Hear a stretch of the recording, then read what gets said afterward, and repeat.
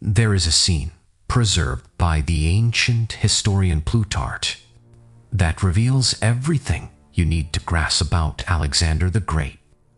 He stood as the most powerful man alive.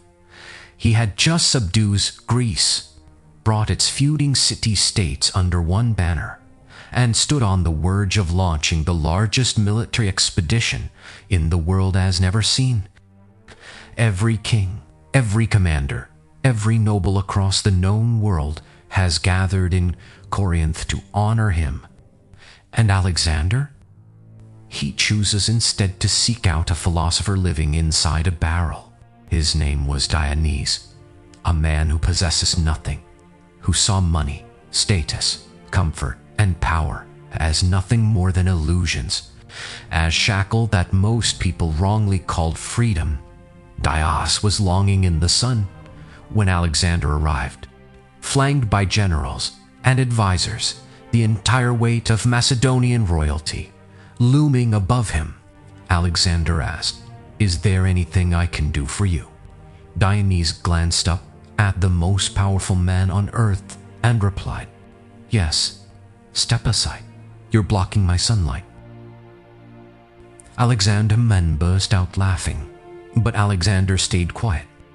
He paused, then for a long stretch, he turned to those beside him and said, "If I want Alexander, I would want to be diagnosed." That single line isn't just a memorable quote. It's a glimpse into the mind of man, split between two opposite philosophies, two competing ways of living, who spent his whole existence caught in the middle, that tension between ambition and stillness, between boundless conquest and the pulls towards stripping life down to what truly matters, is the real philosophy behind Alexander the Great. And that's exactly what we're diving in today. Let's start where Alexander's story truly began, not on the battlefield, but in a schoolroom. In 343 BC, when Alexander was just 13, his father, Philip II of Macedon, brought in the finest philosophical mind of the age to serve as his son's private tutor. That man was Aristotle, not a follower of Aristotle, not one of his pupils, Aristotle himself, the man who trained under Plato and would go on to refine nearly every area of human understanding, from biology to ethics to political thought to logic. The location was Mysia, a tranquil retreat outside the Macedonian capital, lined with the gardens and shaded paths. There crossed 3 years, the boy destined to conquer the known world, sat and stuck all in. He absorbed philosophy and ethics. He studies rhetorical literature, medicine, science. He read Homer with an intensity that wasn't casual appreciation, but something closer to devotion. Aristotle handed Alexander 2 lasting gifts. The first was a way of interpreting the world. Aristotle placed his faith in logos, in reasons, in evidence, and disciplined pursuit of truth. He taught that a man's highest purpose was to life shaped by intellect, that virtue wasn't about comfort, but about acting correctly, through sustained reasons and willpower. He drilled into Alexander that excellence, what the Greek called arete, wasn't inherited. It was built through a habit, through daily practice, until it became woven into a person's character. The second gift was far more troubling, the one Alexander would eventually cast aside.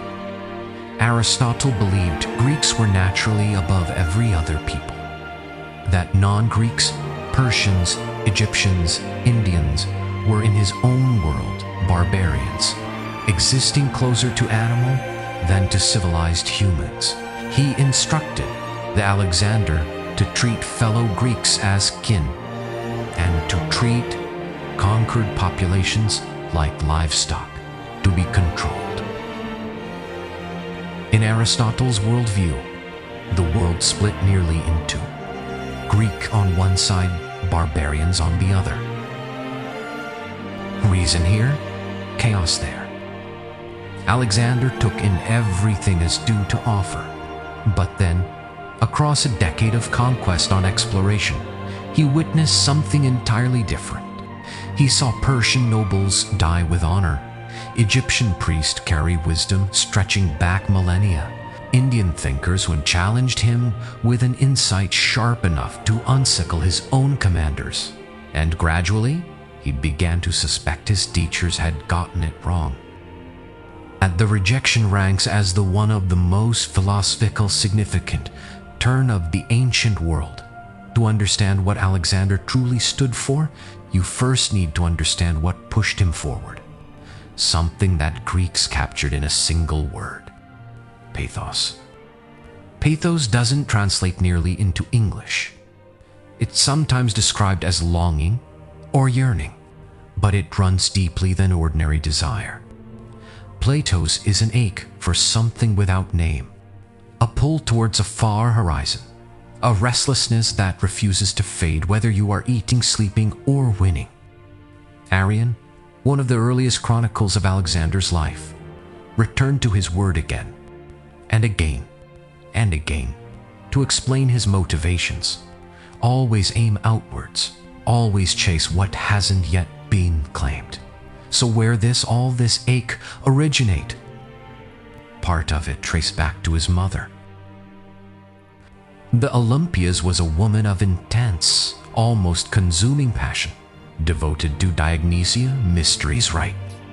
Steeped in notions of divine destiny and power, she told her son that he never questioned it, that he wasn't simply Philip's child, that his lineage ran through the gods, through Achilles, through Zeus himself. Such claims were unusual for the era. But Olympias delivered her with a conviction that took permanent hold in Alexander. He grew up certain that his life carried a purpose far beyond the ordinary. Part of the ache also came from Homer, stating at 13, under Aristotle's instruction, Alexander studied the Iliad not as fiction, but as a guide for living. At his heart stands Achilles, the warrior who picked a short, glorious existence over a long, forgettable one.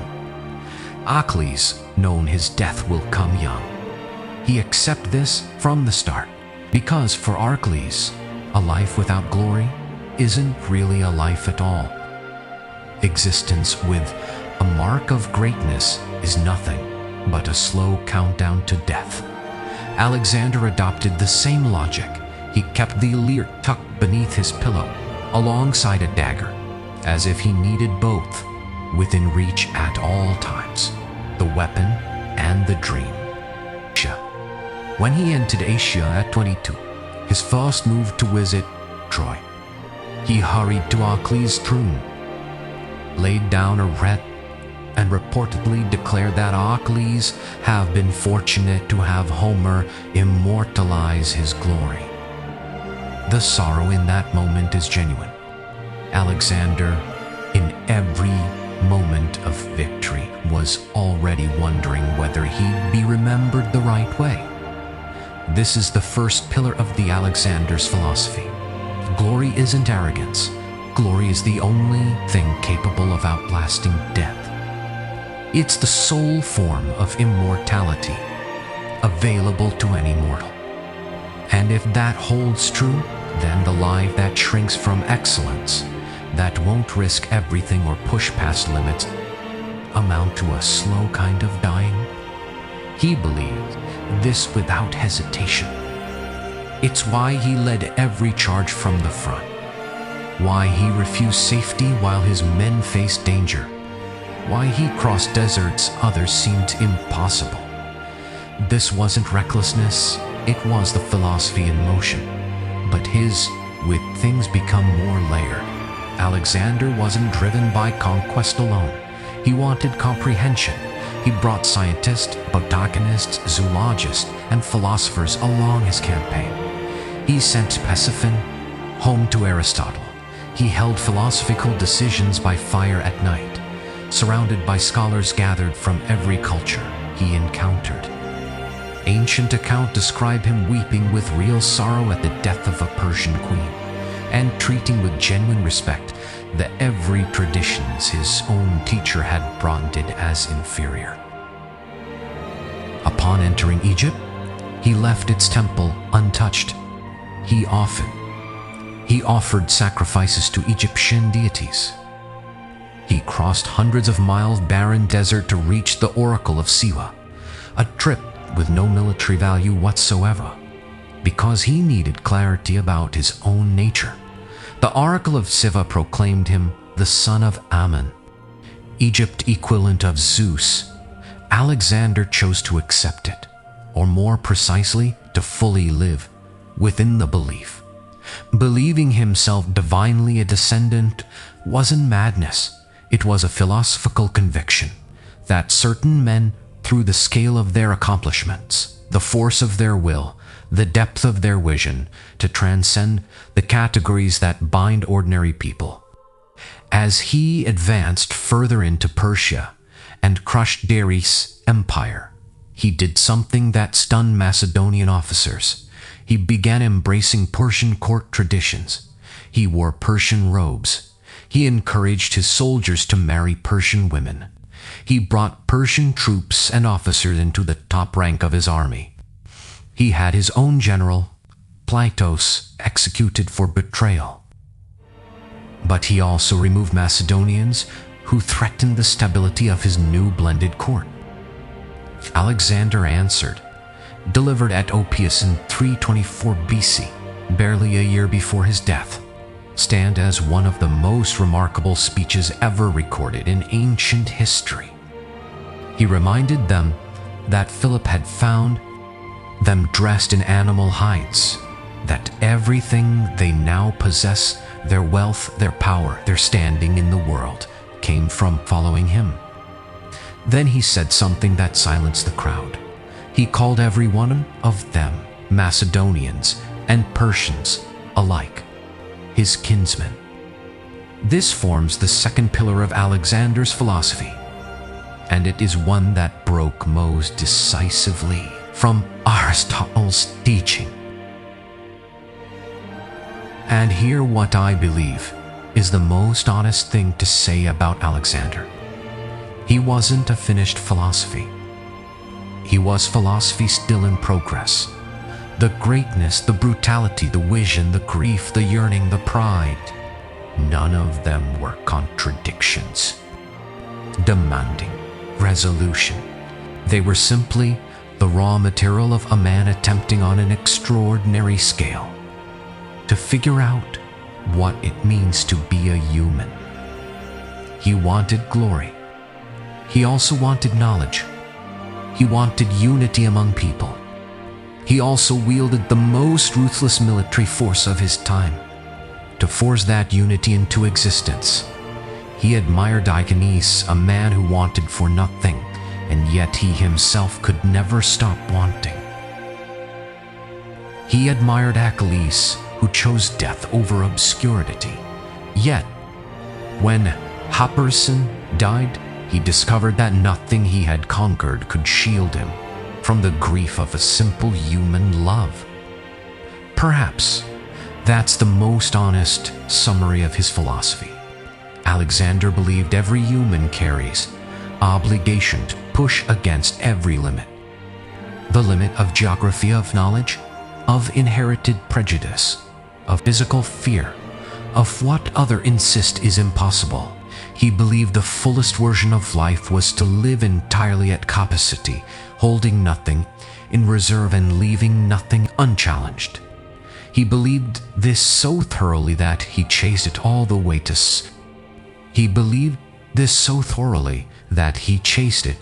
way to its end and died at 32 in Babylon, never once slowing down. When asked on his deathbed who should inherit his empire, he supposedly answered, the strongest, or perhaps the worthiest.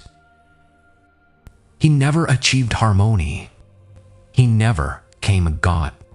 He never built an empire that endured. But he asked the question. He pushed past the boundaries. He stood at the edge of the known world, looked further out, and kept moving forward. And 2,500 years later, was still speaking his name. That, in itself, is a kind of immortality. That perhaps was what he was chasing all along.